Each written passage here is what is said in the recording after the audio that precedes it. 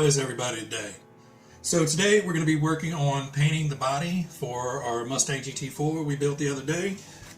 So as you can see, car's all built, ready to go, just needs a body to put on it.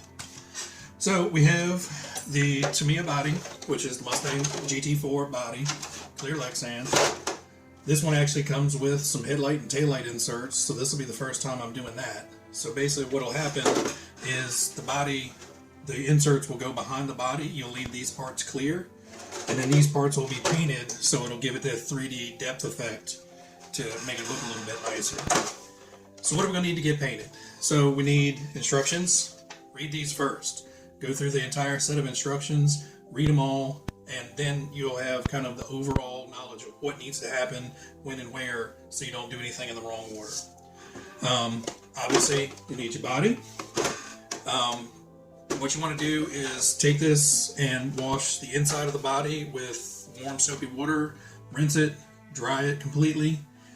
That way you don't have any problem with the paint not sticking to it, because there is some mold release occasionally left behind where they form these at the factory.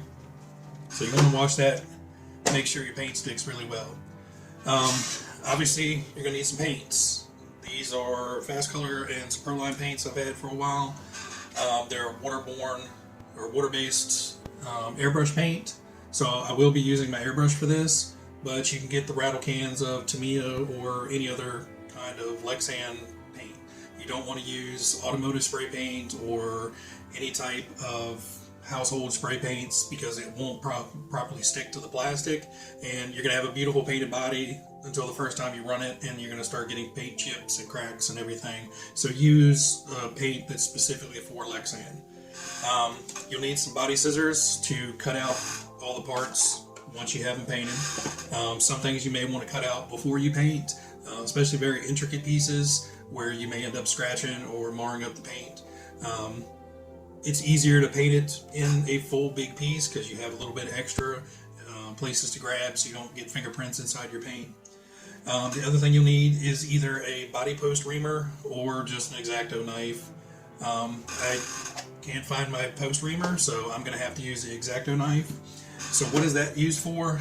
That is for creating the holes in the body for stuff to go through. So you have your body posts coming from the car through the body, holding the body on, and then I've already drilled these out. So this is for the rear wing to go in. This will be clipped on from underneath. So you need to drill those out to the appropriate size holes. It's all in the instructions.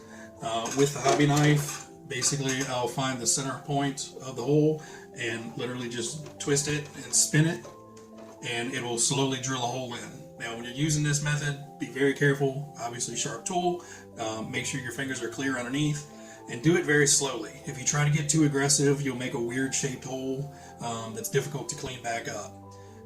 Go real slow and patiently, and you'll end up boring out a really nice round hole that your posts and everything will go through cleanly.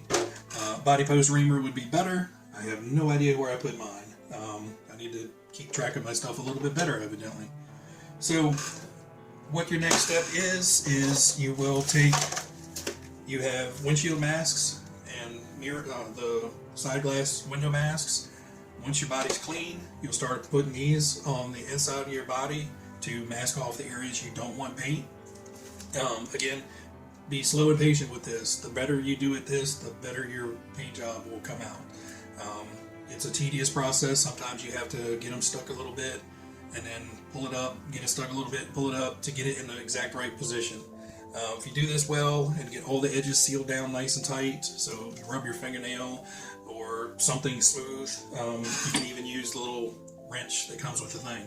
Just get in there and rub down those edges so it seals really well, so you don't have any paint bleed underneath. So once we get masked off, we'll apply the paint. There's stickers in the kit that you'll put on after you've assembled it and gotten it all painted. So I have to go through and see what goes where, and if I'm going to substitute any of the black stickers for actual black paint, as that generally looks a little bit better and cleaner. But if you just have one color, paint your body one color, rely on the stickers, and you'll be plenty happy with it. So I'm going to get mine prepped. We're going to get it washed, get it dried, finish drilling the holes. One tip, pre-drill your holes, that way you don't have to worry about chipping the paint, and just put a little bit of blue painter's tape or something over the hole just to keep the paint from running out.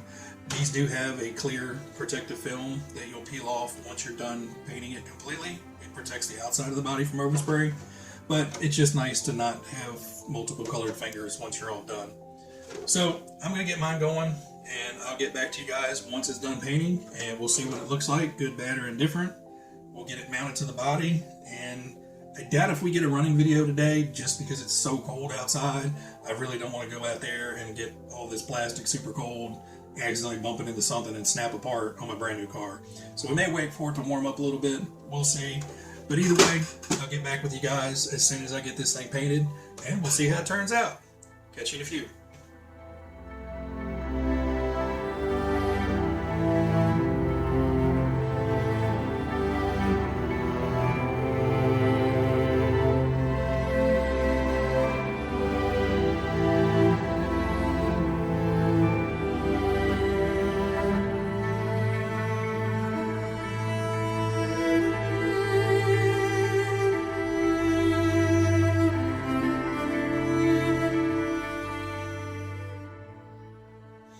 Okay guys, here is the painted up Mustang GT4 from Tamiya. This took a little bit longer than I expected, but I really love this blue color. I was really going to go for the box art of the gunmetal gray, but this blue really pops, and I am loving these inset lights.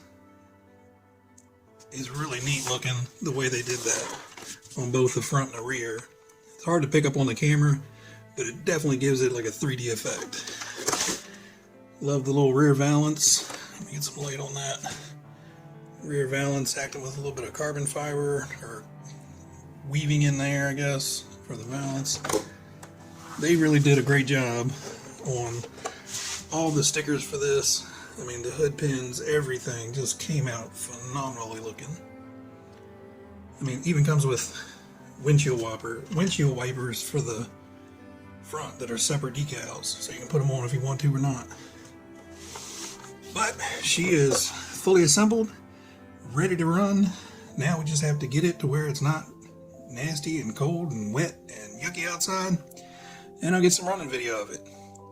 This is my first TT02 build. Actually, it's one of my first Tamiya car builds. I've done some of the off-road vehicles in the past, and I've got a video coming up on the very first truck that I ever built that got me into RC, and I'll do a special video on that. I do have one little bonus for you though. If you look back, especially like my rock crawlers and stuff, actually most of my vehicles now are all elevated. I try to keep them elevated and keep the tires from getting flat spots in them. Some I've made custom aluminum ones for, but most of them are these cheap yoga blocks. You can find these guys on Amazon, super cheap. Don't have to be this brand, but this size works perfectly for a lot of cars. For bigger vehicles, you can lay them down flat like this. For the skinnier vehicles, like the buggies and the on-road cars, you can flip them up like this. Make great work stands, and like I said, super cheap. So that's my freebie tip for the day. Get you guys some of these to put your cars on and keep you from having the wobbles and the hops when you start driving them after 6 or 8 months, if you wait that long. Alright guys, have a great one. Thanks for watching.